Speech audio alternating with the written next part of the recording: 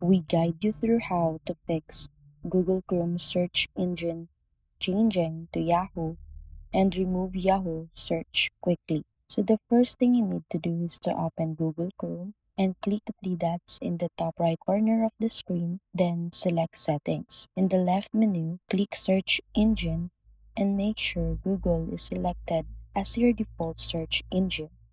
If you see Yahoo listed as default, simply change it back to Google.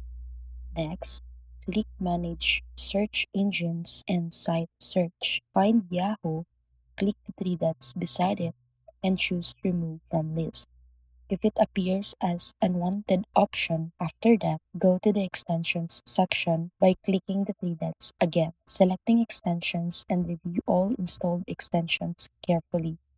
If you notice any suspicious or unknown extension that might be forcing Yahoo search, click Remove to uninstall it now. Return to Settings, scroll down, and click on Start App. Check if any Yahoo or unknown website is set to open when Chrome launches. Remove it if necessary.